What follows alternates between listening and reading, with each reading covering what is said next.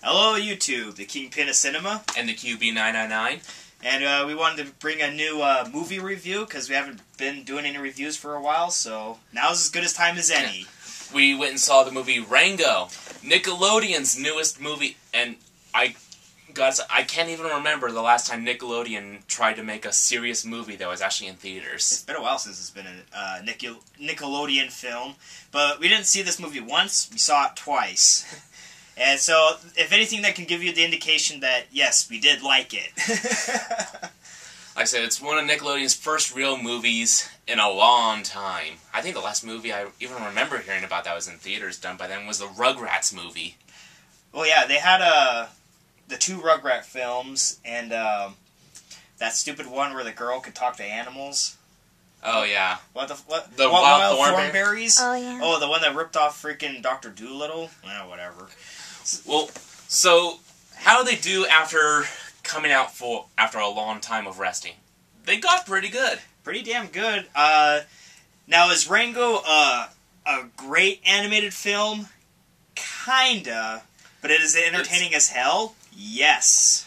It was really weird, because it's a lot of smart adult humor in it. It has the slapstick humor in it, but a majority of it is geared more towards adults. It has a lot of what I would guess you would call potty humor. A lot of fart jokes and characters speaking about their own mentionables. And, I kind of wish they hadn't gone that route and had left all that out of it. But they had to do that because it's Nickelodeon and it's supposed to be geared for kids, but it didn't really seem that way.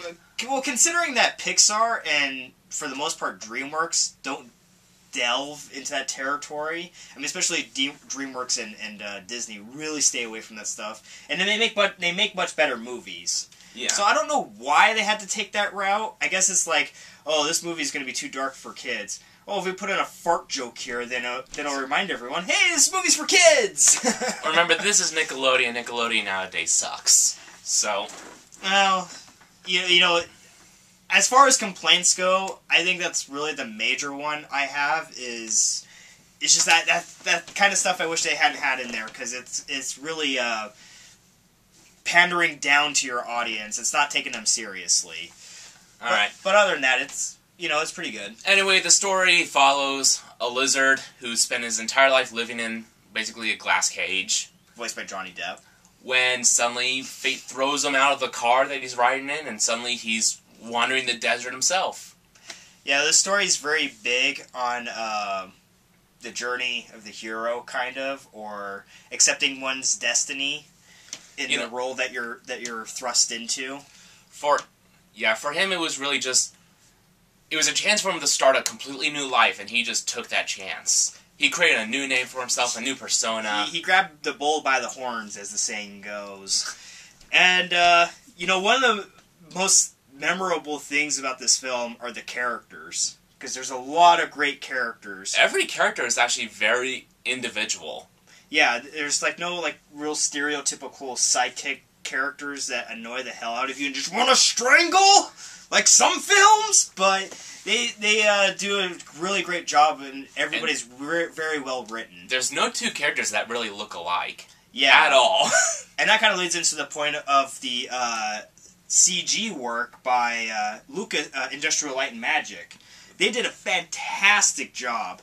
Everything is so well detailed. If you can, go see it definitely in a digital theater. Yeah, it looks a lot better on digital than it does on film print. But, I mean, man, it's just, You'll really see all the cool. all the feathers of, all the bird guys. You'll see all the wrinkles of all the other creatures. Yeah, every hair, every follicle.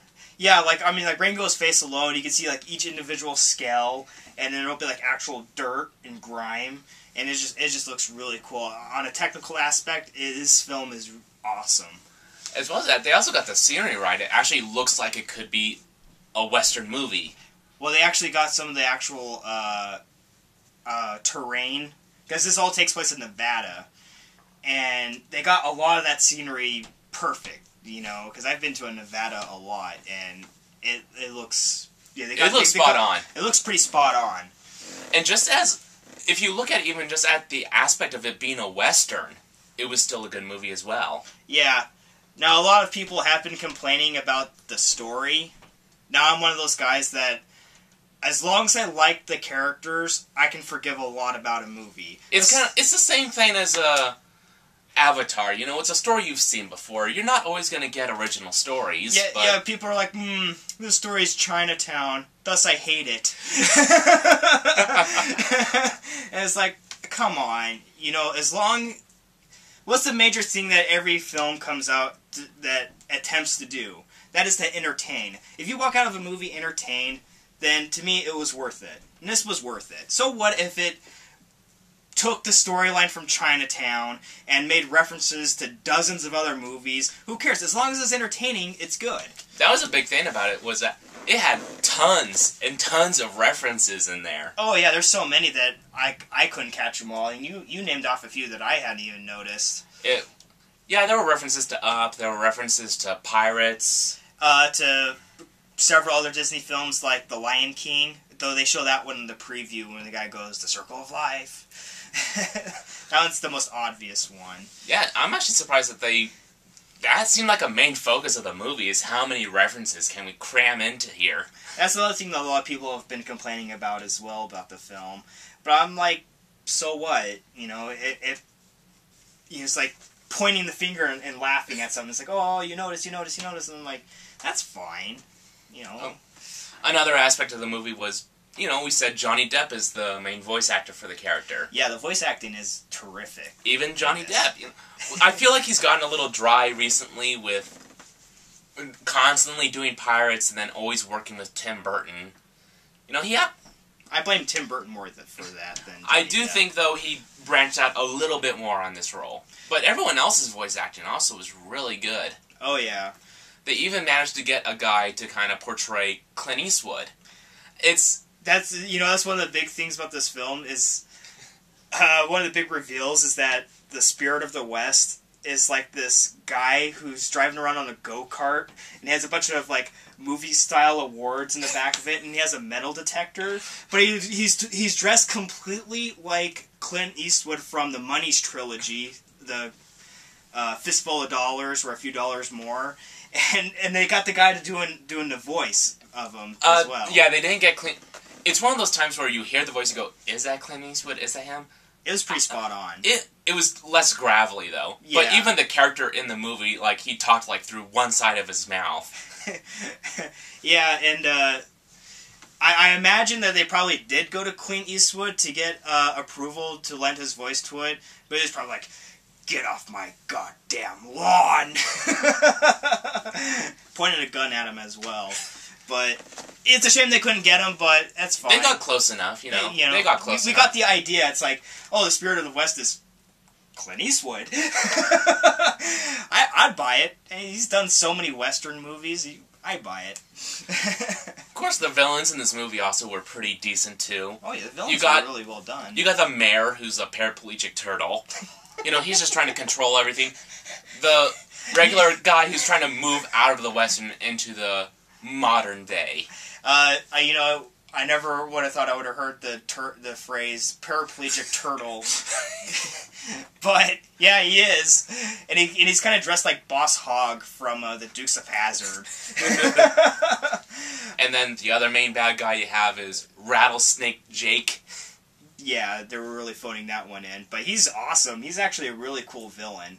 I really need to look up who the voice actor was for that, because he did a really good job. Yes, Morgan? It's the guy who's the voice of Davy Jones in Pirates.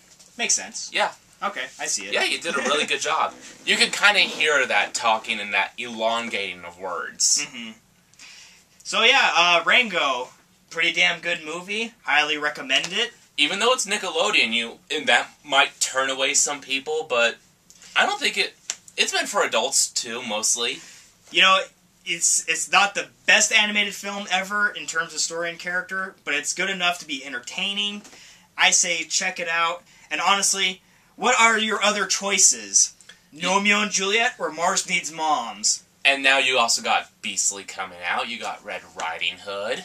Well, Beastly's already out, but yeah, Red Riding Hood, another tween movie. So yeah, So your choices are a little slim there. Although you have Battle LA coming out tonight. Though, for most of those films, are they really considered choices? No. No, they're not. Well, that's all we have to say for now, folks. Thanks for listening, and tune in next time. And as usual, if you don't like it, okay.